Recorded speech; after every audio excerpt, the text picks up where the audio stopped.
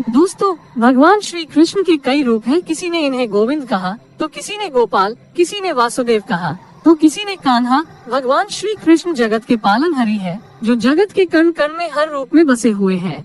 दोस्तों, ये घटना है वृंदावन के निधिवन की, जब निधिवन में खुदाई के दौरान 4500 साल पुराना भव्य मुकुल मिला। इसका संबंध भगवान श्री कृष्ण से बताया जा रहा है। आखिर इसकी खोज कब और कैसे हुई, इस रहस्य से पर्दा उठेगा आज की इस वीडियो में। अगर आप भी कृष्ण के प्रिय भक्त हैं, तो वीडियो को लाइक करके कमेंट बॉक्स में जय श्री कृष्ण जरूर लिख दीजिए। इस घटना की शुरुआत होती है बिहार के किशनगंज शहर से, जहां पुनीत शर्मा नाम के एक विद्यार्थी अपनी इंजीनियरिंग की पढ़ाई को पूरा करने के लिए पटना आए थे। बचपन से ही उनके माता पिता ने उन्हें अच्छे संस्कार दिए थे और भगवान की भक्ति से जोड़े रखा था। एक और जहां पुनीत के सभी दोस्त रात्रि में क्लब और पार्टी में जाया करते थे, वहीं दूसरी ओर पुनीत रोजाना राधे रानी का नाम जपा करता था। एक दिन पुनीत ने अपने सभी साथियों को मथुरा वृंदावन चलने के लिए कहा, लेकिन धार्मिक जगह पर जाने के लिए कोई तैयार नहीं था। वे सभी लोग गोवा निकल गए और पुनीत अकेला ही मथुरा वृंदावन के लिए रवाना हो गया, क्योंकि वो भगवान श्री कृष्ण की भक्ति में पूरी तरह से चूर था। मथुरा पहुंचकर उसने श्री कृष्ण जन्मभूमि के बहुत अच्छी तरह से दर्शन किए और नजारे वाकई में रोंगटे खड़े करने वाले थे। मथुरा के बाद वो वृंदावन के लिए रवाना हो गया। वहां पहुंचकर उसने बांके बिहारी, राधा रमन जी और श्री राधा वल्लभ जी के बहुत ही अद्भुत दर्शन किए। अब बारी थी निधिवन जाने की। ऐसा कहते हैं, रोजाना रात्रि को भगवान श्री कृष्ण स्वयं निधिवन के अंदर रास रचाने आते हैं। जितने भी तुलसी के पौधे हैं वे गोपियां बन जाते हैं और भगवान श्री कृष्ण उनके साथ रास रचाते हैं। पुनीत जी जब निधिवन के अंदर गए तो वहाँ के पौधे का आकार देखकर उन्हें बहुत अचंभा हुआ, क्योंकि ऐसा कहा जाता है रात्रि के समय यही पौधे गोपियों का रूप धारण कर लेते हैं। बात है शाम 5 बजे की। अत्यधिक भागदौड़ और थकान की वजह से पुनीत जी का स्वास्थ्य बहुत ज्यादा बिगड़ गया। उनकी बॉडी डिहाइड्रेट हो चुकी थी और वे उसी स्थान पर बेहोश हो गए। शाम 6 बजे निधिवन से सभी लोगों को बाहर निकाल दिया गया और निधिवन के दरवाजे बंद कर दिए गए, लेकिन बेहोश अवस्था में पुनीत जी अभी भी निधिवन के अंदर ही मौजूद थे।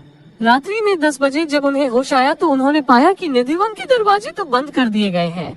वहाँ बहुत ज्यादा अंधेरा था। वे एक कोने में बैठकर राधे कृष्ण के मंत्रों का जाप करने लगे, लेकिन रात्रि 2:30 बजे उनके साथ कुछ ऐसा हुआ जिसने पुनीत जी के रोंगटे खड़े कर दिए। उनके कानों में अचानक से पायल और बांसुरी बजने की आवाज आने लगी। ऐसा लग रहा था मानो भगवान श्री कृष्ण गोपियों के साथ रास लीला रच रहे थे। लेकिन पुनीत जी अपनी साधारण मानवीय आंखों से यह नजारा देख नहीं पा रहे थे, लेकिन उनके कानों में इतना ज्यादा शोर पड़ रहा था कि वो पुनः रात्रि में उसी स्थान पर बेहोश हो गए। सुबह जब वे उठे तो समझ चुके थे कि रात्रि में सच में भगवान श्री कृष्ण यहाँ रास रचाने आते हैं। लेकिन वो निधिवन के बारे में और अच्छी तरह से पता लगाना चाहते थे, तो उन्होंने निधिवन के अंदर खोजबीन करना शुरू कर दिया ताकि उन्हें कोई सबूत प्राप्त हो सके। उन्होंने निधिवन के एक कोने में थोड़ा सा खुदाई करना शुरू किया और थोड़ी बहुत खुदाई करने के बाद ही अंदर से उन्हें एक टूटी हुई बांसुरी प्राप्त हुई।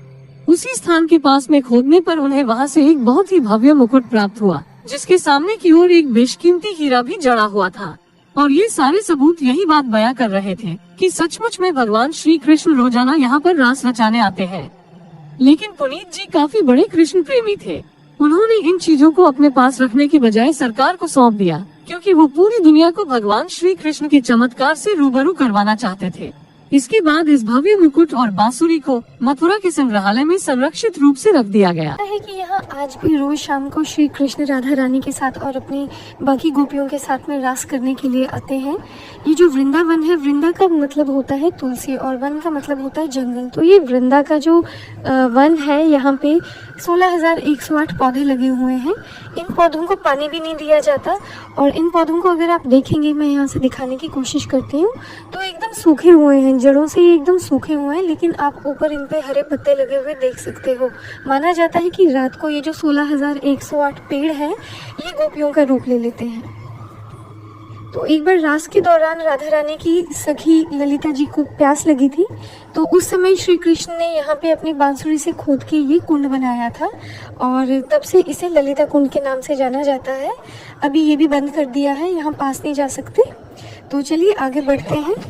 थोड़ी देर में हमें यहाँ पे बांके बिहारी प्राकट्य स्थल देखने को मिलेगा। यहाँ पे बंदर बहुत ज़्यादा होते हैं, इस वजह से इन्होंने लकड़ी से पूरा कवर कर रखा है ताकि कोई बंदर अंदर ना आ सके। तो ये देखिए यहाँ पे श्रद्धालुओं की कितनी भीड़ लगी हुई है। तो धीरे धीरे से सब लोग यहाँ पे दर्शन कर रहे हैं। तो हम भी यहाँ पे खड़े हैं भीड़ में और ये जो आप देख रहे हैं, ये जो लेफ्ट साइड में पोट्री है, ये बांके बिहारी जी का है, और राइट साइड में ये हरिदास जी बने हुए हैं। यहाँ हरिदास जी ने 11-12 साल तपस्या की थी, और फिर यहाँ पे बांके बिहारी जी, जो कि आज बांके बिहारी मंदिर में हैं, वो प्रकट हुए थे। और पहले उन्हें यहीं पे इसी कुंज में रखा गया था, और बाद में उन्हें बांके बिहारी टेम्पल में शिफ्ट किया गया। तो चलिए यहाँ से आगे बढ़ते हैं। देखिए बहुत ज़्यादा श्रद्धालु आए हुए हैं, और यहाँ पे हर कोई अवॉइड करता है अपने साथ में चश्मा लाना, कैमरा लाना या मोबाइल लाना, क्योंकि यहाँ पे बंदर जो हैं वो चीज़ें छीन लेते हैं। और ये देखिए पेड़ जो हैं कितने सूखे हुए हैं। इन पेड़ों की मिट्टी भी यहीं पे इकट्ठी की जाती है, इसे बाहर नहीं लेने दिया जाता है।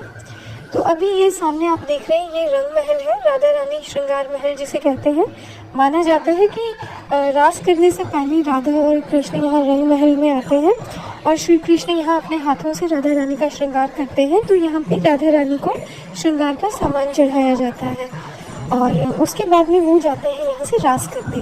तो अभी यहाँ पे राधा रानी और श्री कृष्ण के दर्शन कर लेते हैं। यहाँ पे अंदर एक चांदी का पलंग लगा हुआ है, जिसमें 16 श्रृंगार का सामान रखा गया होता है। यहाँ पे श्री कृष्ण के लिए लड्डू, दातुन, पान रखा होता है, और सुबह वो सारा खाया हुआ मिलता है, और पलंग पे सारा जो सामान है वो इधर उधर मिलता है। तो माना जाता है कि यहाँ पे श्री कृष्ण और राधा रानी आज भी आते हैं रास करने। तो यहाँ से बाहर देखिए आप, ये जो तुलसी के पौधे हैं, इनको ये एकदम सूखे हुए हैं। इनके जो आप ट्रंक देखेंगे, जो स्टेम देखेंगे, वो एकदम ड्राई हैं, लेकिन इन पे हरे हरे पत्ते लगे हुए हैं, और इनकी एक ही जड़ है, और ये एक दूसरे से जुड़े हुए भी हैं। तो ये देखिए, ये एक पौधा अंदर लगा हुआ है। ये देखिए, मैं आपको इसका बेस दिखाती हूँ, एकदम खोखला हो चुका है ये, लेकिन इस पे हरे हरे पत्ते लगे हुए हैं। तो फ्रेंड्स, अभी चलते चलते हम लोग पहुंच चुके हैं रास थली वाली तरफ। माना जाता है कि यहीं पे शाम को रास होता है। जो आसपास के लोग हैं वो कहते हैं कि यहाँ पे घुंघरूओं के बजने की आवाज़ भी आती है।